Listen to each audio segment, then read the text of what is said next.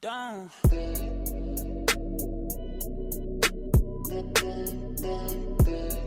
Bonjour à tous les amis, j'espère que vous allez bien. On se retrouve cette semaine pour une nouvelle vidéo. Je suis super content de vous retrouver. Comme vous avez pu le voir dans le titre, aujourd'hui j'ai décidé de confronter mon arnaqueur sur eBay. Je vous avoue que ça a été assez difficile quand même à réaliser. J'espère en tout cas que la vidéo vous plaira. C'est parti. La team, avant tout, vous devez savoir que j'ai voulu faire de la prévention à travers cette vidéo car de nos jours, énormément d'arnaques se font sur internet et malheureusement c'est quelque chose qui arrive très souvent. C'est d'ailleurs pourquoi j'ai décidé de vous faire part de mon expérience aujourd'hui, donc j'espère que ça vous viendra en aide. Dans tous les cas, n'hésitez pas à vous abonner si ce n'est pas encore fait, c'est très important et ça me fera très plaisir. Pour en venir à cette fameuse histoire, je vous rassure, c'est pas une histoire drôle donc commencez pas à rigoler. Ça s'est passé il y a maintenant quelques jours, j'avais participé à une enchère sur eBay pour acheter une paire de Yeezy Blue Tint. Oui, encore des Yeezy. Ce que vous devez savoir, c'est que je passe beaucoup de temps sur eBay et je suis énormément les enchères parce qu'il faut l'avouer, parfois on peut faire de très belles affaires. Donc ce que je fais en général, c'est que je m'amuse à mettre des enchères un peu partout sur les annonces.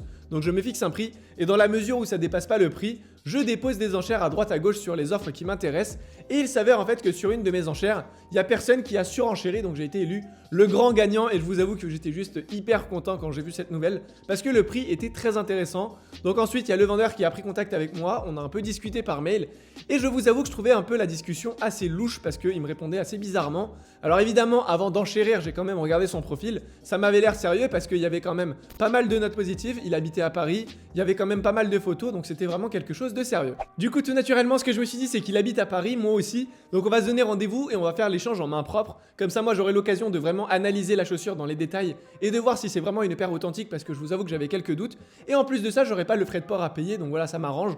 Le petit problème, c'est que dans son annonce, c'était pas écrit remise en main propre, ce qui était d'ailleurs assez louche. Il avait juste mis en fait livraison partout en France pour une dizaine d'euros. Donc suite à ça, j'ai demandé son numéro par mail parce qu'on avait un peu échangé par mail pour avoir plus de précision sur la chaussure avant de procéder au paiement. Je l'ai appelé plusieurs fois en numéro masqué avec mon téléphone, mais il a pas décroché. Alors je sais pas pourquoi, soit c'est parce que il était pas disponible ou soit c'est parce que j'ai appelé en masqué. Donc ce que j'ai fait, c'est que j'ai attendu 2-3 heures et je l'ai rappelé après avec un autre téléphone sans cacher le numéro cette fois-ci. Et là, elle a décroché et je vous avoue que l'appel il était quand même assez bizarre. J'ai filmé tout ça parce que j'ai senti le truc arriver. Donc dans tous les cas, je vais vous montrer justement l'appel téléphonique et vous laisser voir comment ça s'est passé. On se retrouve juste après.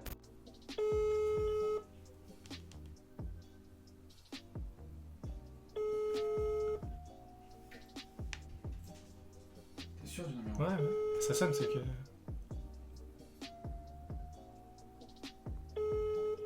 Ouais, bon, Ouais, ouais. c'est bizarre. Hein. Il rend malade. Bonjour, vous êtes sur la messagerie. Ça saoule de ouf. Ça va jamais décroché. Mais essaye, on verra bien. Je fais quoi après? Je sais pas, attends. Putain. Je raccroche? Ouais, vas-y. Allô? Bonjour? Oui, c'est bien monsieur pareil?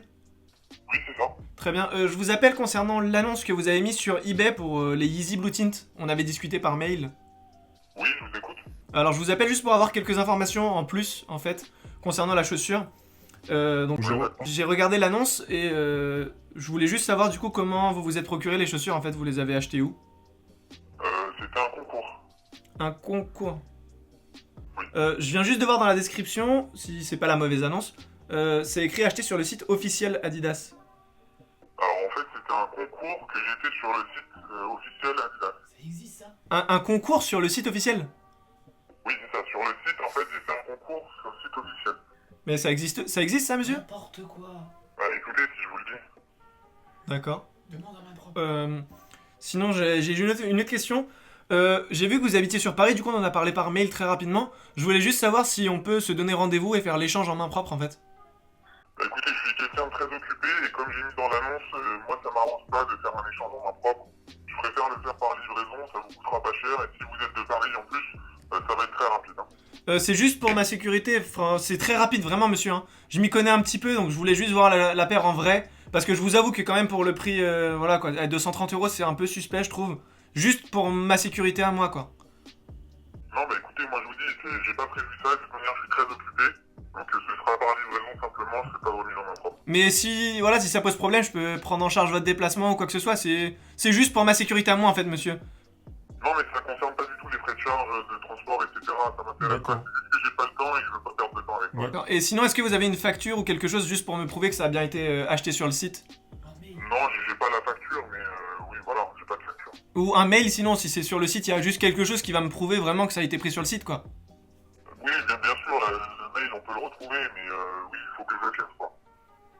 Est-ce que vous pouvez au moins me l'envoyer par mail et, je sais pas, genre rajouter au moins quelques photos ou quoi? Parce qu'il y en a que 3. Sur l'annonce, il y en a que 3, hein, c'est ça?